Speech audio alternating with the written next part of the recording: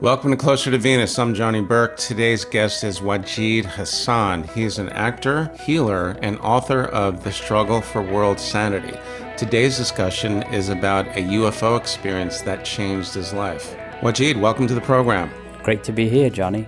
You were a witness to a UFO incident when you were younger. Is this the incident that put you on your current spiritual path, or was it something else?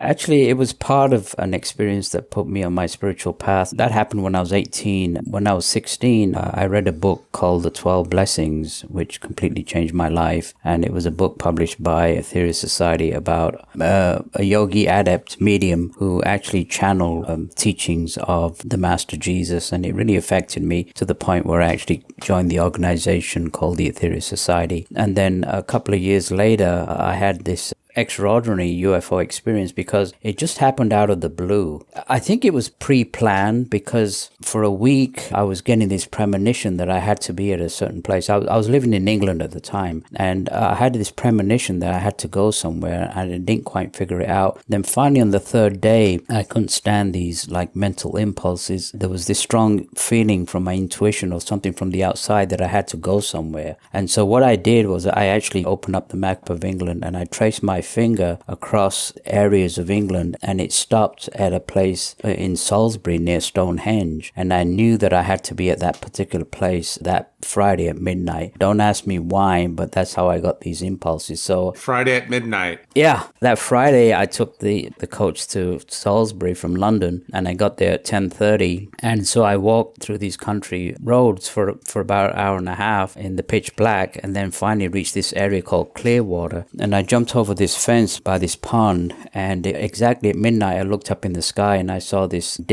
white disc-shaped object moving from the south to the north. And that was right at midnight? Right at midnight. Was this near Stonehenge, or? It was near Stonehenge. It was a few miles away from Stonehenge. And so I stood my ground and I said, well, I guess I'm exactly where I'm supposed to be. And then at 1:30 a.m., another disc-shaped object came from the west to the east, and it moved across the sky. And to me, it signified the sign of the cross. And of course, you know, the cross is a sacred symbol that's been used long before Christianity. It's a symbol of ascension. And so I thought that was very interesting. And then it got really cold, and I stood my ground. I knew something was going to happen. And then exactly at 3 a.m., this larger craft came over. It's about 100 feet above my head, and it stopped over where I was standing, and this white light came from the hull of the craft, and I could feel these tremendous energies coming through me to the point where I was in a state of like different consciousness. How long it was, I don't know,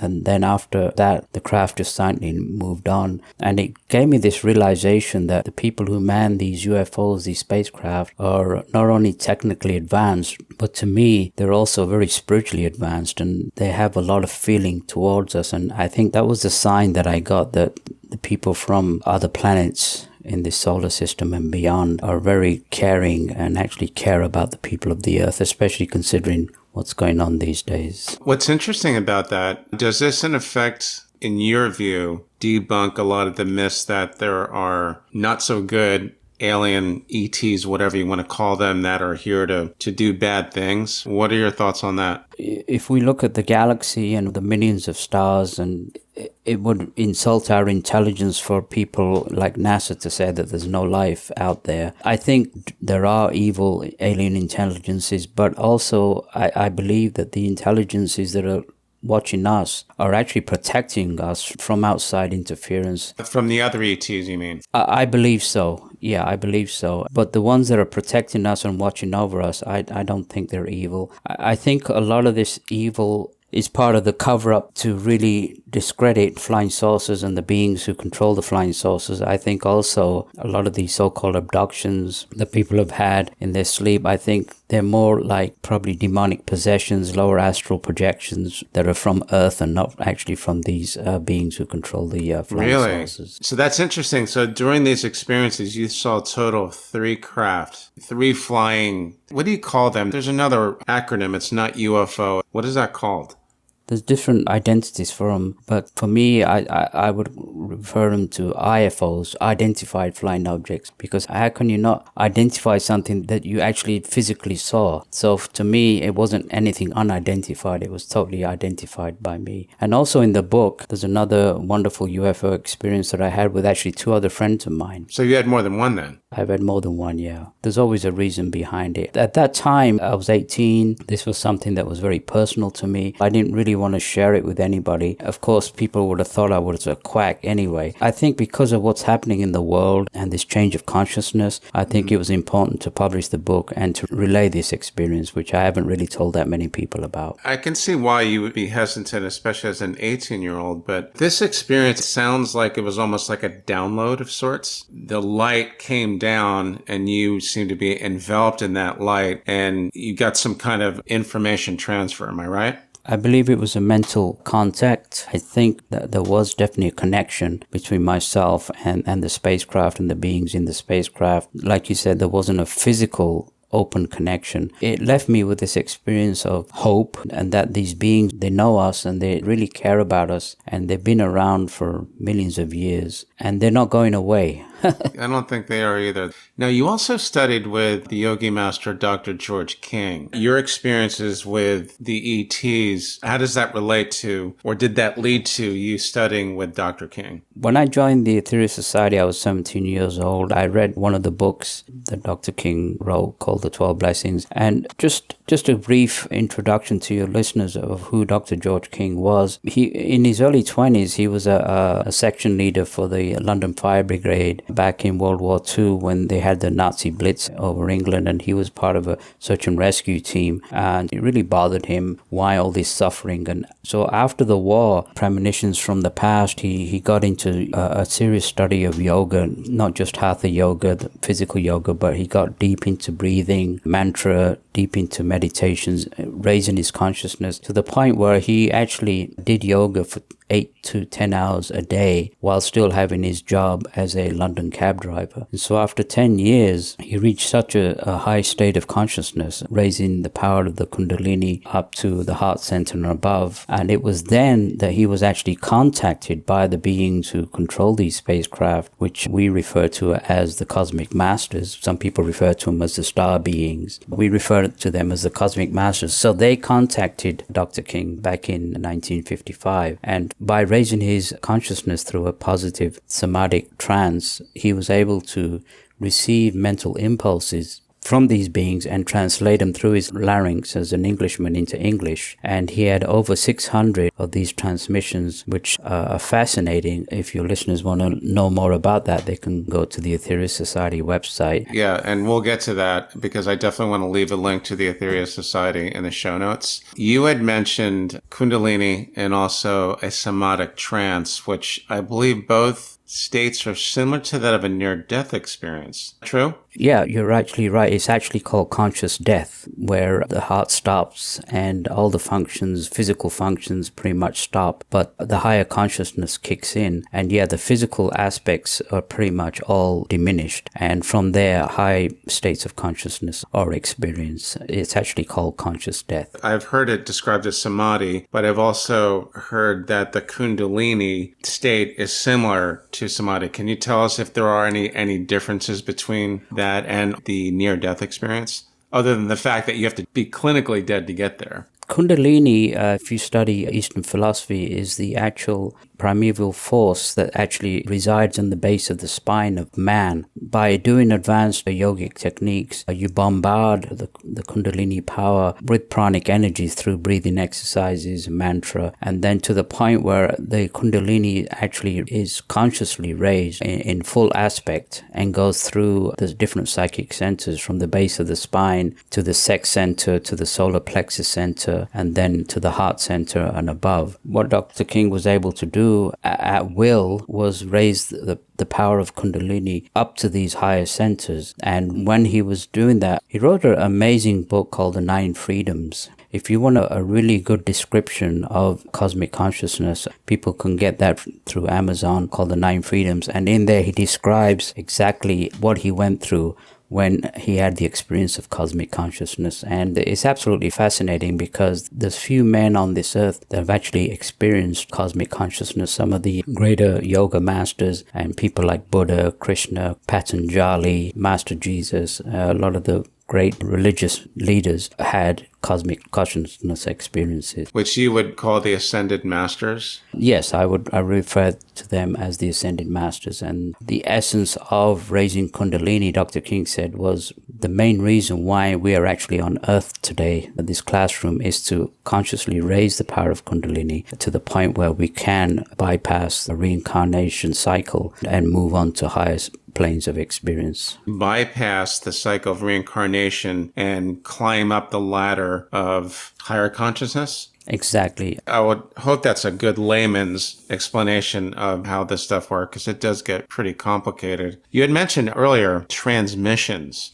that Dr. King received. That brings to mind the Law of One, where there was basically channeling with, I believe the entity was Ra. Is there a similarity between those two transmissions? There's a lot of psychic mediums in the world, and especially back in the early 50s and 60s, there was a lot of so-called contactees. I only know of one person, and that was my yogi master, who actually could raise his consciousness into cosmic consciousness to the point where a beam of energy was sent to him where he could relate it from a mental impulse on an extremely high level of consciousness. Now, there are a lot of psychic mediums, but I believe that they don't have that training that Dr. King had over 10 years of experience. And a lot of them really kind of channel messages from maybe some of the higher realms around the earth, but not necessarily directly from the cosmic masters. I believe he was one of the unique individuals on this planet who was in contact with the cosmic masters. And speaking of Dr. King and the Aetherius Society, on their website, their mission statement is to help people prepare for the new age. Also, I believe there is a subtitle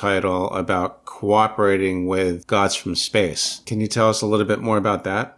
Well, as you know, Johnny, these are not good days right now. We got the pandemic, we got endless war, we have hatred between races, we have hatred between religions, we have an economic system that just favors the minority of rich people and making a lot of people poor. We've reached a stage again where the Bible talks about end of times. I think we're in end of times right now. What's happened now, there's two things have actually happened. First of all, astrologically speaking, we moved out of the Piscean Age and we're now in the Aquarian Age, and the Aquarian Age astrologically is pushing mankind to be of service, of cooperation, of helping each other. And another aspect also, which people are not aware of, is that the planet herself is a living, breathing goddess. She's also raising her vibrations. Dr. King mentioned that back in July the 8th, 1964, the cosmic masters came together around the planet and they sent tremendous beams of spiritual power into Mother Earth so that she could have a primary initiation. And what that means, she could have at that time released these energies and raised her consciousness to be in line with the other planets in the solar system, but instead had a pity for mankind, because if she did that, we would have been destroyed. So every year she's also releasing these energies slowly.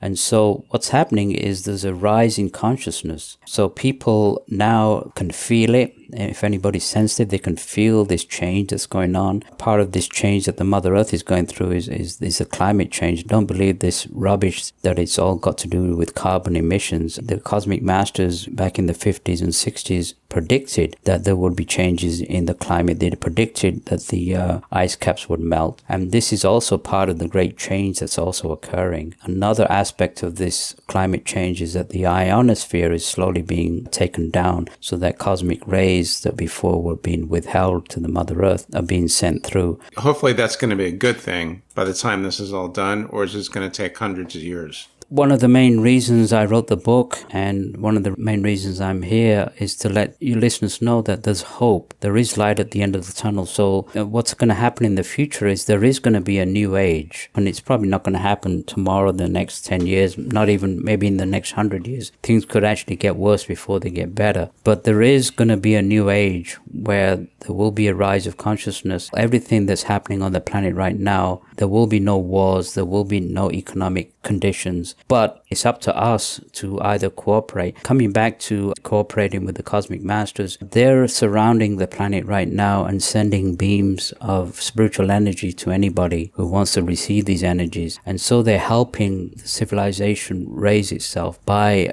individually and collectively sending beams of energy through. And all we have to do is just think. They can pick up our thoughts mentally. And if we ask for these energies, they can be sent down to us at will. And we can send that energy out to help raise not only ourselves, but also the vibrations of the planet and everybody, all life streams on the planet. So that's exactly what's happening right now. When you speak of vibrations and when we try to make sense of all of this and the changes, it sounds like you're describing basically a 5D society where we're not only raising our vibration, we're actually taking back what we were thousands of years ago. We actually had these powers. Exactly, Johnny. We were at one point extremely advanced beings, and it is through our own free will and our own experiences and our own actions that have brought us to this point where we've actually evolved. 5D is a phrase that somebody kind of made up. We're actually 7-dimensional beings. We operate 7 dimensions of different levels of experiences. So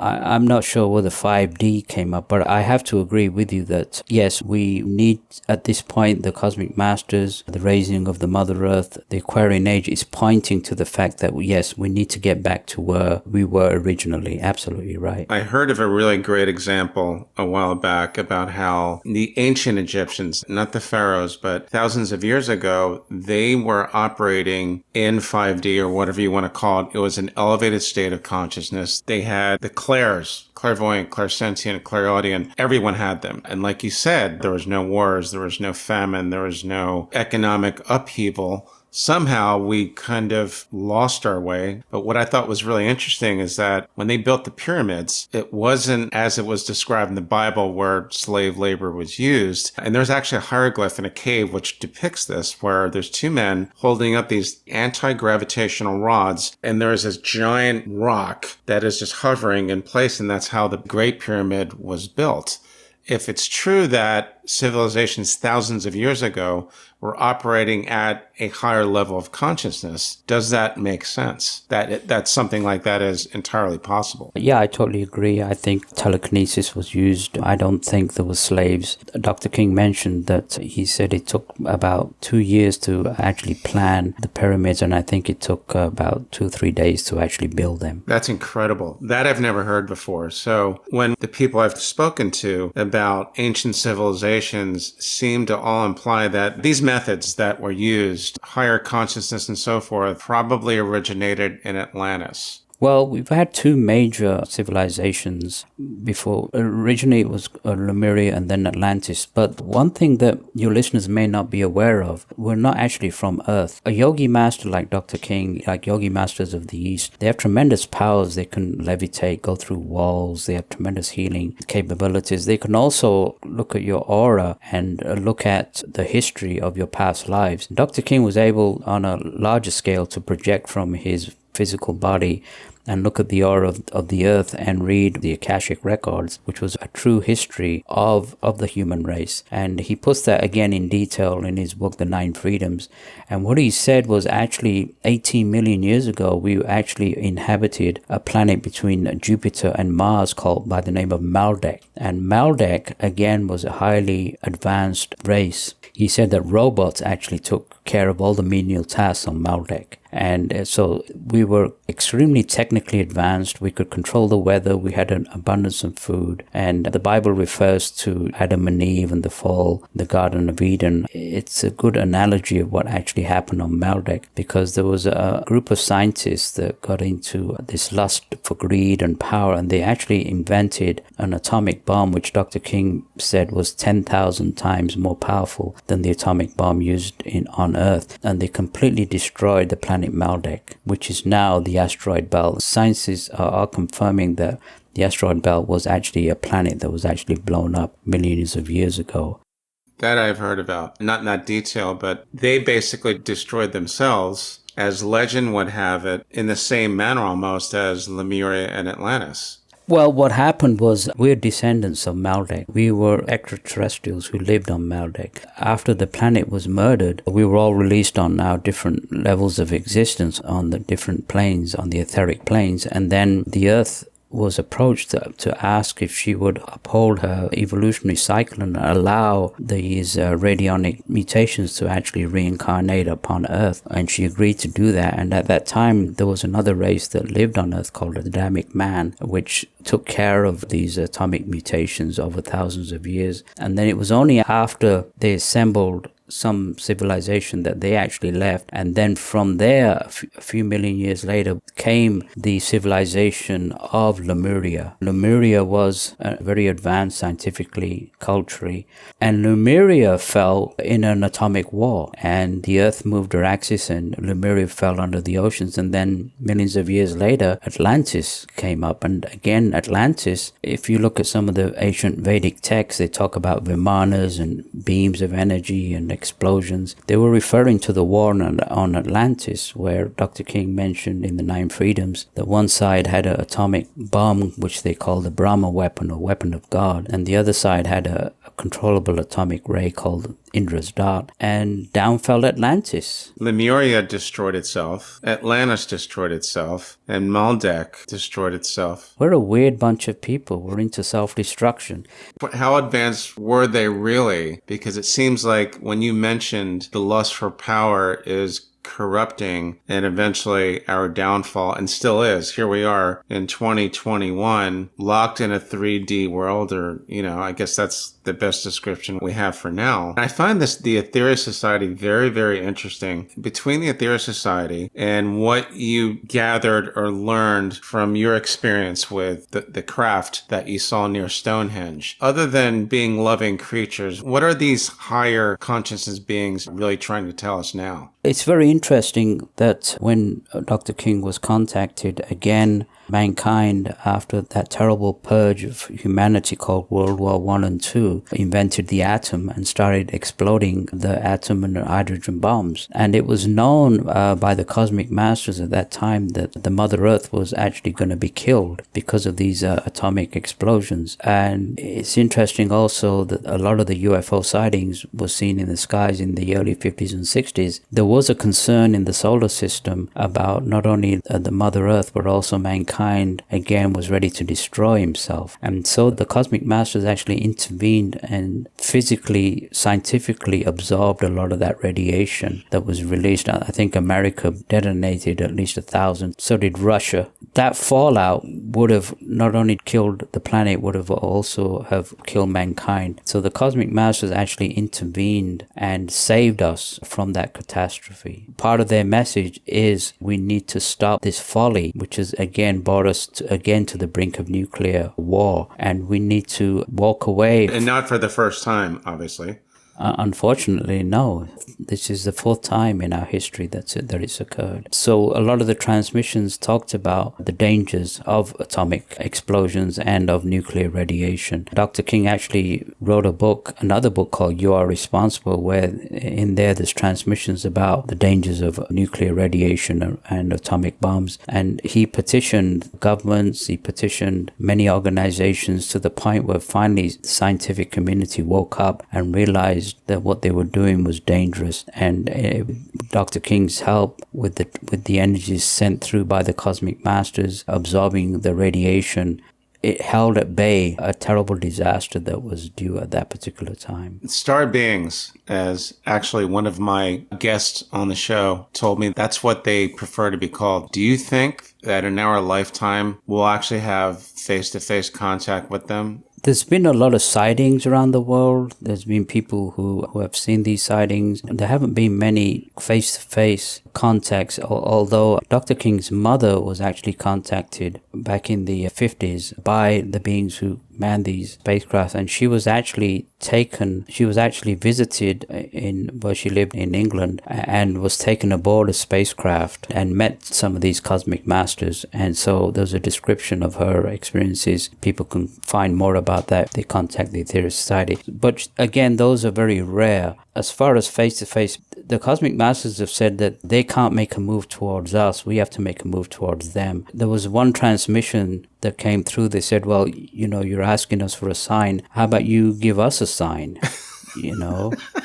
I imagine that the transmission or download is done telepathically. Do you suppose that they're really not that much different from us? They're just operating on a higher consciousness level? Or are they just completely different types of beings? I think they're completely different from us in many aspects, because on an evolutionary scale, I think they're millions of years ahead of us, not only scientifically, but spiritually. But are they humanoid, or are they something like humanoid, like we are? In the Nine Freedoms, Dr. King actually went on one of these space vehicles that they referred to as satellite number 3, and he met some of these beings. And he said the beings that he saw were like 7 feet tall. They had a one-piece silver suit. They were humanoid, long hair down to their shoulders with very handsome features. And the women were also very beautiful. So well, that's good to know. This notion of little green men, I'm not sure where that came from. Could have been the Roswell incident. But I feel also that the people that advance probably may use androids. And so those little green men could have been robotic androids that they use for their exploration or research. But in regards to the Cosmic Masters, they are actually very beautiful humanoid beings. And as far as their existence, we have levels of planes of existence that the Hindu and Buddhist philosophies talk about different levels of existence which we pass on when we die. Now, of course, if it's true for Earth, we're not aware of them unless we're psychic and aware of these realms. But Dr. King was also able to project to these different realms of existence. And he said there's 4 levels below us called the lower astral realms, and there's 6 levels above us. And so as far as science is concerned, if you went to Mars, Venus, and Jupiter on the physical level, I don't think it could support human life. But Dr. King, in his book, You Are Responsible, talked about projecting to Venus and Mars and meeting advanced civilizations there. Now, what people need to realize is that these cosmic masters are not residing on the physical plane. They're actually residing on high levels of frequency, maybe level 4 and 5, which we can't see, but we can't see level 4 and 5 here on Earth either, unless we project. It seems like it's all about frequency. I keep hearing that word over and over again. Dr. King and the Aetherius Society, for that matter, is a very, very interesting topic, and I think it's something a lot of us would like to learn more about. I think that deserves an episode unto itself because it's pretty dense, to say the least, but in a good way, not in a 3D way. Really great stuff. Wajid, thanks for joining us. How can our listeners find you online? They could check the Aetherius Society. I have a personal email if people want to contact me directly. Wajid4gk@gmail.com. WAJID, the number 4GK@gmail.com, and they can get the book Struggle for World Sanity on Amazon. I will put a link to that in the show notes. You've been listening to Closer to Venus. This is Johnny Burke. If you enjoyed today's episode, please consider subscribing. If you really liked it, you can also leave us a review on iTunes as well. Thanks again for joining in, and we'll see you next time.